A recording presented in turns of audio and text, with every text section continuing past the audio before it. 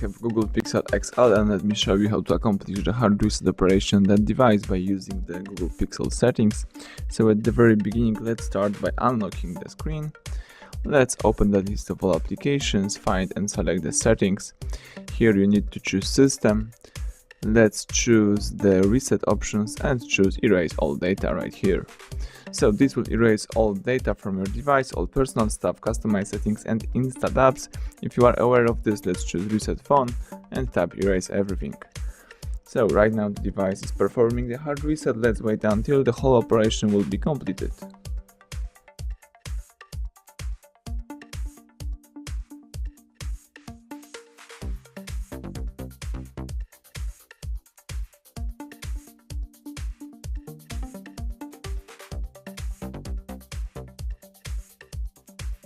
You can press power key to switch on the device.